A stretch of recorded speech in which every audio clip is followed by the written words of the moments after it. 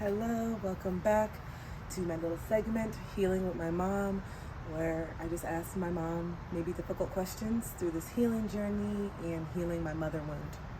So today's question that I want to ask my mom is, did she realize that she was emotionally unavailable when I was growing up? Hi, Kristen. No, I can see myself. No. You didn't realize? No. Just, I said living every day, taking care of the things you do as a mother and single parent or whatever. Never.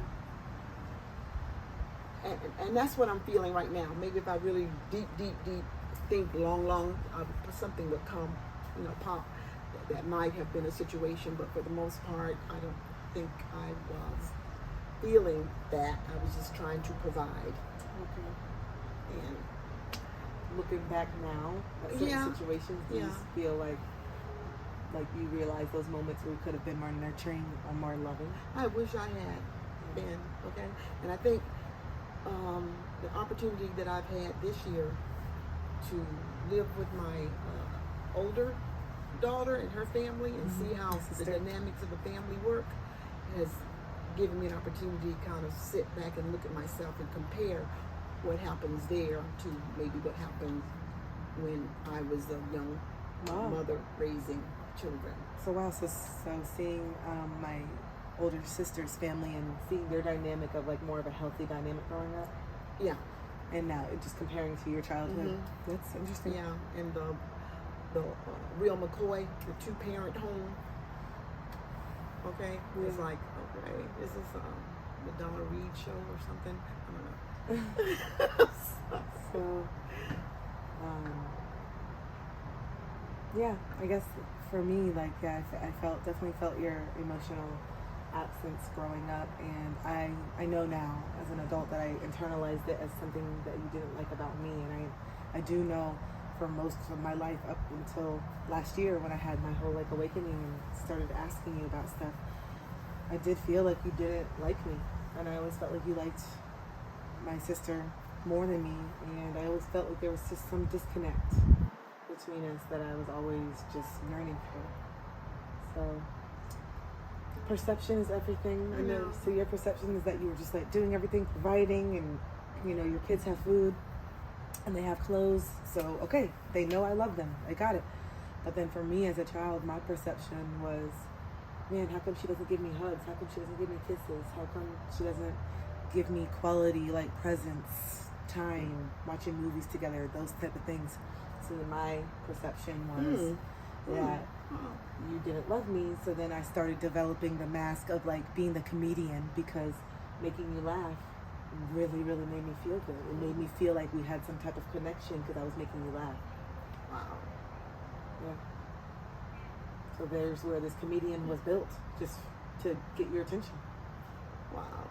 Yeah. I used to love when you'd laugh at my jokes. It always made me feel that's where I felt your love. Oh, you were funny. Yeah. Yep. So perhaps I just prepared you for dealing with the people on the outside of the house.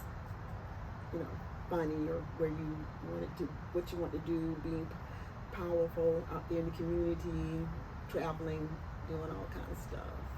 Because inside the house with the family, we didn't get a lot of practice in that. Or I didn't get a lot of practice in that.